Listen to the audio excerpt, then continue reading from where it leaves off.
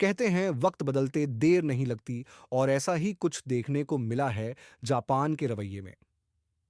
जो जापान पहले भारत को बुलेट ट्रेन देने में बार बार टालमटोल कर रहा था और कीमतें बढ़ाने की कोशिश कर रहा था, अब वही जापान भारत को E5 और E3 सीरीज की बुलेट ट्रेनें बिना कोई पैसा लिए देने जा रहा है। ये सुनकर दुनिया के कई देशों की निगाहें इस पर टिक गई हैं कि आखिर जापान अचानक इतना उदार क्यों हो गया। जो देश पहले डील को लेकर गंभीर नहीं लग रहा था, वही अब भारत को बुलेट ट्रेन फ्री में क्यों देना चाहता है। असल में यह सिर्फ एक दोस्ती का इशारा नहीं है, इसके पीछे एक बड़ी रणनीति है। भारत और जापान का बुलेट ट्रेन प्रोजेक्ट, थोड़ी सी पृष्ठभूमि, हाई स्पीड ट्रेन का सपना भारत में कोई नया नहीं है। बात 2000 के आसपास शुरू हुई थी, लेकिन असली कदम 2013 में तब उठा जब भारत और जापान के बीच एक MOU, memorandum of understanding, sign हुआ। इसके तहत तय हुआ कि दोनों देश मिलकर मुंबई से अहमदाबाद तक 508 किलोमीटर की हाई स्पीड रेल लाइन बनाएंगे।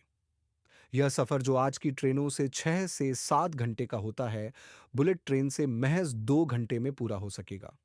फिर 2015 में प्रधानमंत्री नरेंद्र मोदी जापान गए और वहां जापान के प्रधानमंत्री शिंजो आबे से एक बड़ी डील हुई। जापान ने भारत को 81,000 करोड़ का सॉफ्ट लोन ऑफर किया, जिसकी ब्याज दर सिर्फ 0.1% थी और चुकाने की मियाद 50 साल। इसके साथ साथ जापान ने अपनी मशहूर शिंकानसेन टेक्नोलॉजी देने का भी वादा किया, जो 320 किलोमीटर प्रति घंटा की रफ्तार से चलती है। भारतीय जरूरतों के अनुसार बदलाव, भारत में मौसम, धूल, बारिश और गर्मी जैसी समस्याएं आम हैं। इसलिए जापान ने ट्रेनों को भारतीय परिस्थितियों के हिसाब से ढालने की कोशिश की। इसमें बेहतर कूलिंग सिस्टम, ज्यादा सामान रखने की जगह और लोकल जरूरतों के मुताबिक डिजाइन को शामिल किया गया। हाल ही में एक जापानी मीडिया रिपोर्ट ने बताया कि जापान भारत को E5 और E3 सीरीज की 2 बुलेट ट्रेनें मुफ्त में देगा, जो 2026 तक भारत पहुंचेंगी। सुनने में ये बहुत बड़ा तोहफा लगता है, लेकिन हकीकत में ये ट्रेनें आम यात्रियों के लिए नहीं होंगी। इनका इस्तेमाल ट्रैक टेस्टिंग, सिस्टम चेकिंग और भारतीय जलवायु में परफॉर्मेंस देखने के लिए किया जाएगा। यानी असली बुलेट ट्रेनें जैसे कि E10 या अल्फा एक्स बाद में आएंगी। ये सवाल बहुत दिलचस्प है, क्योंकि जापान आमतौर पर किसी देश को फ्री टेस्टिंग ट्रेन नहीं देता। लेकिन इस बार भारत को यह ऑफर दिया गया क्योंकि जापान को लगने लगा था कि भारत अब उनकी तकनीक पर निर्भर नहीं रहना चाहता। दरअसल जनवरी 2025 में भारत की चेन्नई स्थित इंटीग्रल कोच फैक्ट्री ने BAML को हाई स्पीड ट्रेन का ऑर्डर दिया, जिसे वंदे भारत की तरह तेज रफ्तार से चलाया जा सके।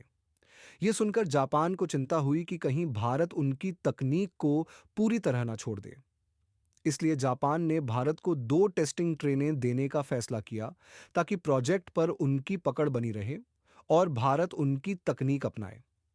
प्रोजेक्ट में हुई देरी और उसकी वजह वैसे देखा जाए तो इस प्रोजेक्ट की शुरुआत 2017 में होनी थी और इसे 2022 तक पूरा करना था। लेकिन ये अब 2027 तक ही कुछ हिस्सों में चालू हो पाएगा। देरी के पीछे कई कारण हैं। सबसे बड़ा कारण 508 किलोमीटर के ट्रैक के लिए जमीन अधिग्रहण है, जिसमें महाराष्ट्र और गुजरात के किसानों और स्थानीय लोगों का विरोध सामने आया। इससे काम रुकता गया और लागत बढ़ती गई। पहले इसका बजट 1.108 लाख करोड़ था, जो अब 1.5 लाख करोड़ तक पहुंच चुका है। जापान की तरफ से भी दिक्कतें, जापान में भी कुछ तकनीकी दिक्कतें आईं। 2018 में एक ट्रेन का हिस्सा अलग हो गया था, जिसके बाद सेफ्टी चेक्स और ज्यादा सख्त हो गए। साथ ही E10 जैसी नई और ज्यादा एडवांस ट्रेनें भी बन रही हैं, लेकिन वो 2030 से पहले उपलब्ध नहीं होंगी। अब तक कुल प्रोजेक्ट का करीब 60% काम पूरा हो चुका है।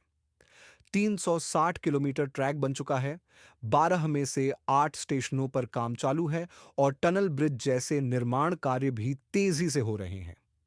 इस पूरी परियोजना में जापान का रोल अहम रहा है। उन्होंने तकनीक दी, भारतीय इंजीनियरों को ट्रेनिंग दी और सॉफ्ट लोन मुहैया कराया। भारत ने भी हाथ पर हाथ नहीं रखा है। NHSRCL, national high speed rail corporation limited, लगातार काम कर रहा है।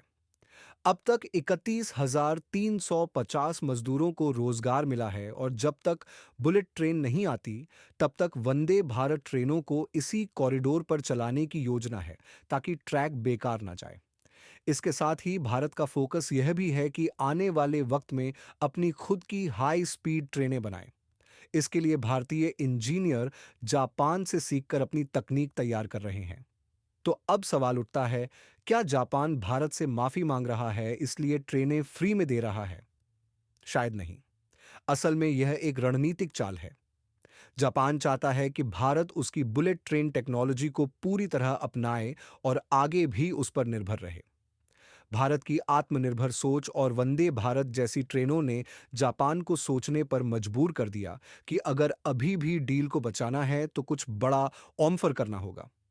जापान द्वारा दी जा रही ये फ्री ट्रेनें सिर्फ एक शुरुआत हैं, एक टेस्टिंग स्टेज, एक मौका दोनों देशों के लिए एक दूसरे की तकनीकी समझ को परखने का। भले ही इसे गिफ्ट कहा जा रहा है, लेकिन इसके पीछे दोनों देशों के अपने अपने इंटरेस्ट हैं। भारत को फायदा ये है कि वह इस तकनीक को समझेगा, खुद को तैयार करेगा और आने वाले वक्त में और बेहतर हाई स्पीड ट्रेन बना सकेगा। अब देखना यह है कि ये प्रोजेक्ट आने वाले